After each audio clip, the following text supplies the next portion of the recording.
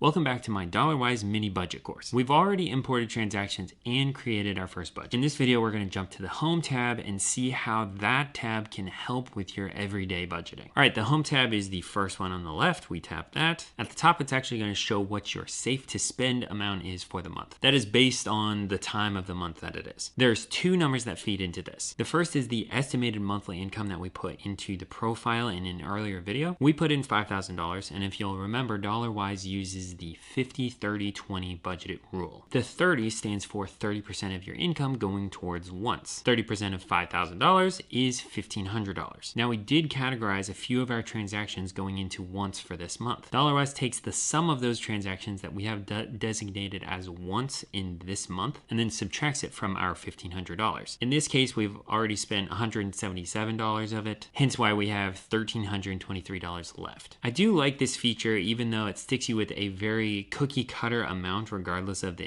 amount of income that you earn. If you're a high income earner, you probably don't need to spend 30% of your income on wants. But it is helpful information, especially if you are not a numbers person. Or if you're a real spender, at least the app can say, hey, this is the amount that you have left to spend on fun stuff this month. Below that, it shows you a breakdown of your income that you've received thus far and how your transactions fit into that 50-30-20 rule. It'll show you this is about the amount that you should have in each of those categories, and it'll show you what your actual split is. Right now, 90% of our transactions this month have gone into needs. That's okay because we're only a few days into the month and our mortgage payment came out on the 1st, so it's showing an abnormally high amount going into needs. That'll balance out a little bit as the month goes on. And we haven't saved anything yet, but we will. Below that, Dollarwise shows me what my recent transactions are. Now, personally, I think that the top half of the Home tab is the most helpful. I think it's really helpful knowing exactly how much you have left to spend that's on fun stuff, and seeing how your actual spending fits into the 50-30-20 rule is also helpful. The app definitely gives you a lot of opportunity to make proactive changes to your